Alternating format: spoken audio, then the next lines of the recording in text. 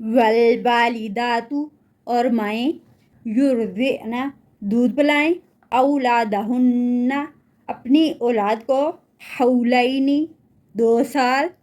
کاملینی مکمل لمن ارادہ واسطے اس کے جو ارادہ کرے ان یتم کہ وہ پورا کرے الرضاعۃ رضاعت کی مدت کو وعلی المولود اور اوپر جس کے بچہ ہے لہو اس کے ذمہ ہے رزقہن رزق ان کا وکسوتہن اور لباس ان کا بالمعروف بھلے طریقے کے ساتھ لا نہ تکلف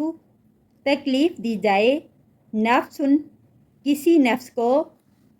الا مگر وسعہا اس کی وسعت کے مطابق لا نہ تضار تکلیف دی جائے والدہ والدہ کو بھی بلدیہا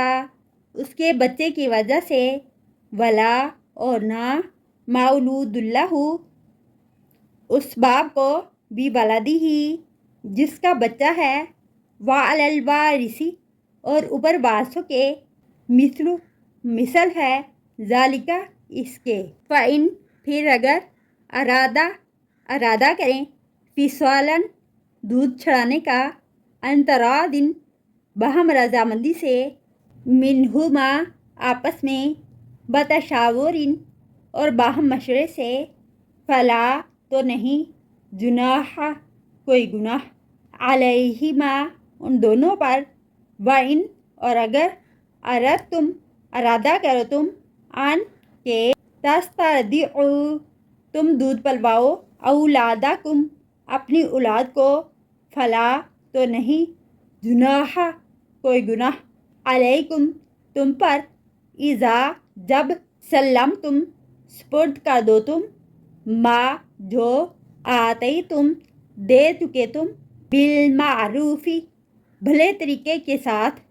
واتقوا اللہ اور ڈرو اللہ سے وَاعْلَمُوا اور جان لو ان اللہ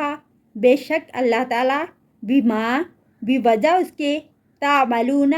تم عمل کرتے ہو بصیر خوب دیکھنے والا ہے مائیں دودھ پلائیں اپنے بچوں کو 2 سال پورے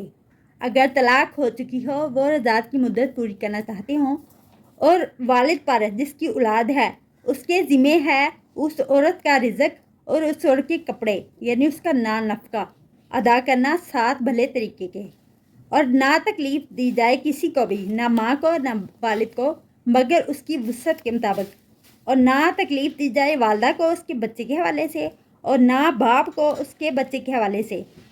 اور وارثوں پر اگر باپ فوت ہو جائے تو وارث جو ہیں ایسے ہی نفقہ دینا ہے پھر اگر وہ دونوں باہم رضامندی سے دودھ چھڑانا چاہیں اور مشورے سے تو ان دونوں پر کوئی گناہ نہیں ہے اگر والد ارادہ کر لے اپنی اولاد کو کسی دوسری عورت سے دودھ پلانے کا تو اس پر بھی اسے کوئی گناہ نہیں جب سپرد کر دیا تم نے جو نفقہ مقرر کیا تو اسے بھلے طریقے سے ادا کرو اور اللہ سے ڈرو اور جان لو بے شک اللہ تعالیٰ جو بھی تم عمل کرتے ہو خوب دیکھنے والا ہے